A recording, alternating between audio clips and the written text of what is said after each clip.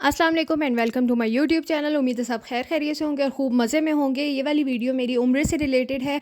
खाना काबा में मस्जिद अल हरम शरीफ में जो है एक जुम्मे की नमाज़ किस तरह से जाया जाता है, कैसे आपको कितने बजे जाना चाहिए, किस टाइम तक आप पहुंच जाएं, कहाँ आपको जगह देखनी चाहिए जहाँ पे आपको परफेक्ट व्यू आए, और सब ये कुछ मैं बताऊँगी। बीच में हम जा रहे थे चूँकि हमारा होटल जो था वो बस के फासले से दूर था, मतलब हाफ़ आवर तो लग ही जाता था।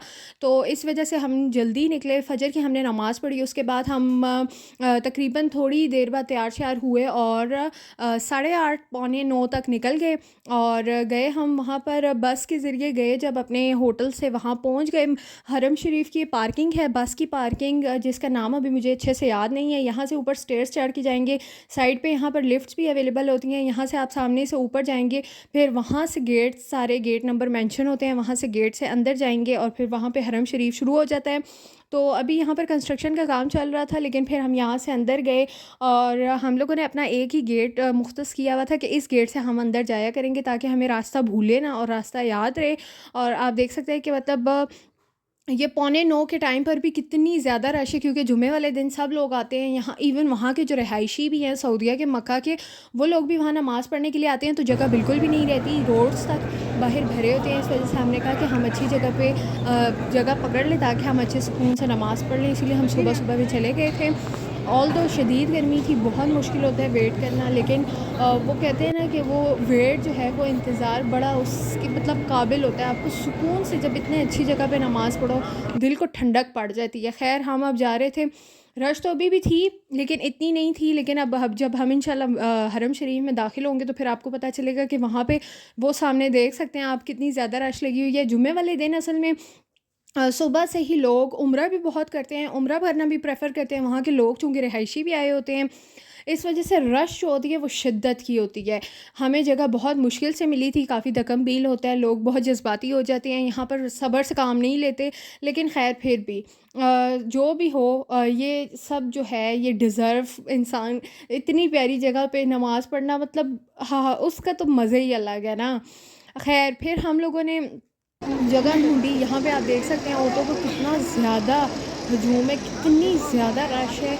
इंतहाई तेज़ धूप थी, इंतहाई शदीद धूप, गर्मी वाली, स्किन जल जाने वाली, कि मतलब आपका ना दिमाग घूम जाए। उसके बाद आपको होटल में जाकर स्कंजमीन बना के पीना लाजमी है, या फिर बाहर से ही ले जाइएगा।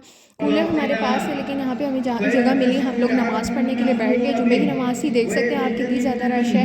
औरतों की भी काफ़ी रश थी, इसी तरह आदमियों की भी बहुत थी और बाहर तक थी। मतलब वापसी पे निकलना भी बहुत मुश्किल था, लेकिन माशाल्लाह से हमने जुम्मे की नमाज़ यहाँ पे खाना काबा के सामने अदा की और बहुत सुकून मिला। अल्लाह का बहुत बहुत शुक्र है।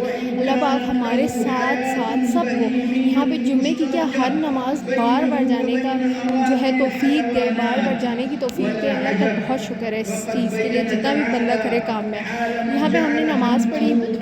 आप लोग अपने साथ हैट ले जाएँ, तौलिया गीला करके ले जाएँ, मतलब इस तरह की सन ग्लासेस लाज़मी रखें, सन ब्लॉक लाज़मी रखें। ये 3-4 चीज़ें जो मैं अपनी हर उम्रे की वीडियो में बताती हूँ, लाज़मी इन चीज़ों का ख़्याल रखें, क्योंकि इन चीज़ों की लाज़मी आपको ज़रूरत पड़ती है। मैं 2 सन ब्लॉक लेके गई थी एहतियातन, सन ग्लासेस भी, कैप भी, अम्ब्रेला भी, मैं सब ये चीज़ें लेके गई थी, क्योंकि धूप बहुत तेज़ है वहाँ की, पाकिस्तान वाली नहीं है, अच्छी खासी पिघला देने वाली है। तो आप देख सकते हैं अब रश इतनी ज़्यादा है ना कि यहाँ इस रश में फिर आप वापसी पे मतलब जब भी जाते हैं ना तो आपको निकलना भी नहीं पड़ता, मतलब चलते नहीं हैं आप लोग बह रहे होते हैं बिल्कुल लोगों के साथ ना। जहाँ जहाँ आपको धक्का लगता जाता है ना, आप निकलते जाते हैं, बस आपको ज़ोर अपनी पार्किंग वाली साइड पे रखना पड़ता है।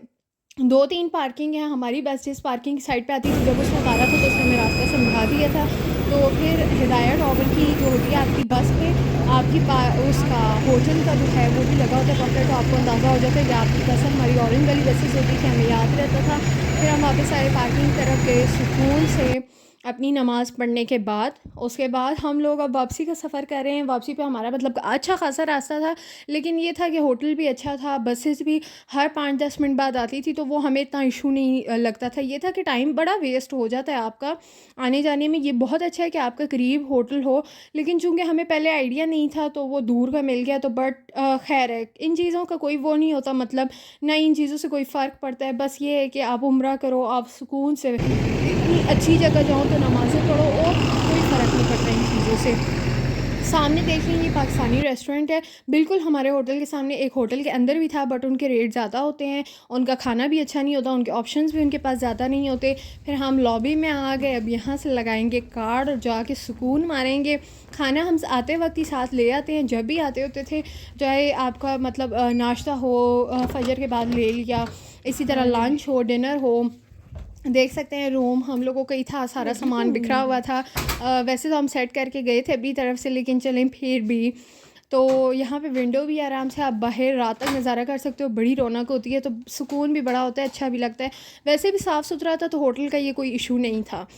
तो खाना वो बिल्कुल सामने मैंने आपको बताया पाकिस्तानी रेस्टोरेंट है, वहाँ पर रेट भी अच्छा था, चीज़ें भी ज़्यादा होती हैं, ऑप्शन भी ज़्यादा होते हैं, और मतलब अच्छा खाना मिल जाता है। लेकिन ये है कि घर वाली बात तो नहीं होती ना। लेकिन आज के लिए इतना ही। उम्मीद है आप लोगों ने एंजॉय की होगी मेरी वीडियो, और इसी तरह उम्र से रिलेटेड और भी इंफॉर्मेटिव वीडियोज़ आती रहेंगी। बाय बाय, अल्लाह हाफिज़।